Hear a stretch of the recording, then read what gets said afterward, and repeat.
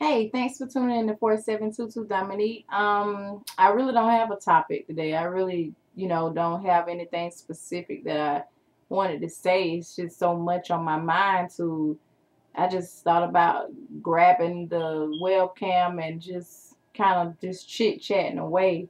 Um, a girlfriend and I earlier were talking about holiness, and we were kind of on the subject of what holiness actually looks like. And however, in the midst of the conversation, being that we're both pretty much mature in the things of God, as you grow and mature in the things of God, you realize that holiness is not a look at all. It's a way of being. It's the way you live your life. It's your fruit, pretty much. It's your aroma before the Lord, which is your fragrance basically before the Lord. Um, Holiness is not in skirts. It's not in your hair. It's not in your earrings. It's not about not having relaxers in your hair, or if you don't, so many times growing up, I used to hear all kinds of things about church and this holiness thing, and you got to wear a skirt to your ankles. And no offense to anybody's religion, if you're holiness and that's what you're taught to do, when you're ignorant to all these different facts, if that's what you've been taught from a child up, then that's what you know. That's what you feel is right. And in your eyes, you don't feel like you're wrong. And I'm not condemning anybody or criticizing anybody, but when you read the word, it's about change. It's about empowerment. That's what holiness is. It's about not being judgmental, not being superficial. It's about just, what are you putting out? Is, do you know how to budget your money? Um, are you good to yourself? Are you faithful to God? Are you faithful to the things of God? Are you praying to God like you're supposed to? Are you, all these things? Are you still lying? That's not holiness, but little things. And I'm not, once again, condemning or being critical of anyone. I'm working on myself, and these are the things that I was discovering, or not discovering, but like checking Dominique on the inside. And even in my marriage to my husband, that's holiness, the way I treat him. um do I choose to stay offended if he upsets me? I was in a conversation actually with him a while ago personally, and I was telling him about someone else, that I gave up the right to be offended by that person. I gave up the right that I had to be upset with that person, because we have so many offenses before the Lord and he chooses to forgive us. How dare I? Even though I have a right to be upset, I thought I had the right, and it was hurtful. It wasn't, it was indirectly, but I felt a blow from the situation. And I did feel like, honestly, I felt I had the right to be upset. But when you double check on what holiness really is, you give up all your rights to be offended by anybody.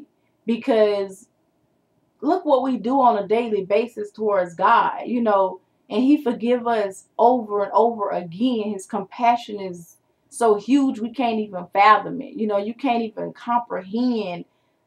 Your mind can't even wrap around all that God has done. So when I think about his greatness and how he loved me when I didn't love me, when I didn't even choose him, when I didn't even want anything to do with God, and he still was calling my name, that's awesome to me. How can you not fall in love with a man, or God is a spirit being basically? How can you not fall in love with the nastiness? I did some things, I did some things that I regret. I did some things that I'm not proud of, and he still loved me way beyond any. I mean, I can't even fathom that. Humanly, my mind can't fathom it. And everything that the Lord did, every offense that I had upon myself, when he died on that cross and cleansed me with his blood and came to the earth for everybody. He nailed every nasty, vile thing I ever could have done to the cross. Nailed it to the cross. It's over with. So I just feel like, holiness, God already paid the price for us to be able to be free. And it's like I was saying before, so many differences to holiness. It's your lifestyle. It's, do you know how to treat your friends? Do you have respect for your parents? Do you do secret things that nobody knows about when nobody's looking? Holiness is who you are when there's no eyes on you. It ain't no lights, camera, action. It ain't on the praise team today. Or I'm not on the praise team today. Am I still holy? I ain't in front of the preacher today. Am I still holy? I am not the choir director at home. My husband is at work. My children at work. My friends not around. What am I doing? My character, as far as lining up with that word. So it's the small things, it's in the small things, like the word said, the small foxes destroy the vine. So what things are you doing to portray holiness, or to, have a lifestyle of holiness? It's not in your dress at all. It has nothing to do with that. It's just who you are, how you're affecting the world, how you empowering people to change. When they see your walk with Christ, are they like, man, they go Dominique. Every time she come around, I feel some kind of way. You got to begin to thank the Lord for that. Not that you being so super spiritual, nobody don't want to be around you, but sometimes you just need to be able to show up in a place and change the atmosphere. Are you an atmosphere changer? So I just want to kind of come at you guys today with some of the stuff that I was thinking about that was going on with me, because I see so many people professing Christ, and I go into a local store and I can't even get a simple hello or how is your day or a simple greeting from so-called Christians, as I talked about in my video. I have a video called So-Called Christians, or Are You a Christian, or something of that nature. But anyway, I'm just to the point where I want to be whole all the way around. I want to be whole in my life, in my home. I want my husband to be able to look at me and be proud of me and know that I'm virtuous for himself, or feel that. And I know you're not going to always get it right. We're going to have our arguments. We're going to have days we don't I can't talk. Excuse me. We don't get along. But anyway, that comes with the territory. But even in your marriages, in your relationship with your significant others, if they've hurt you, you have to learn to forgive, because your offenses are so many in the sight of God, and He forgave you. So we have to learn how to personally let some things go, forget about it. I'm working on me, as I say all the time, and just be able to release things and be free. And if somebody don't speak to you, so what? Whatever. You greedy. You did your part. You can't make somebody like you. All you can do is change you in any situation. So, it's just a matter of being free. And I'm learning more and more, trying to learn. I'm horrible at budgeting. My husband is great at it, but I'm horrible. Thank God we balance each other out. That's what we're for. I'm horrible at it. That's a part of your holiness lifestyle, being a believer. Anything, my self-esteem is a part of holiness. Everything. I want to be just like God in the end. Every day more and more striving to be like Christ.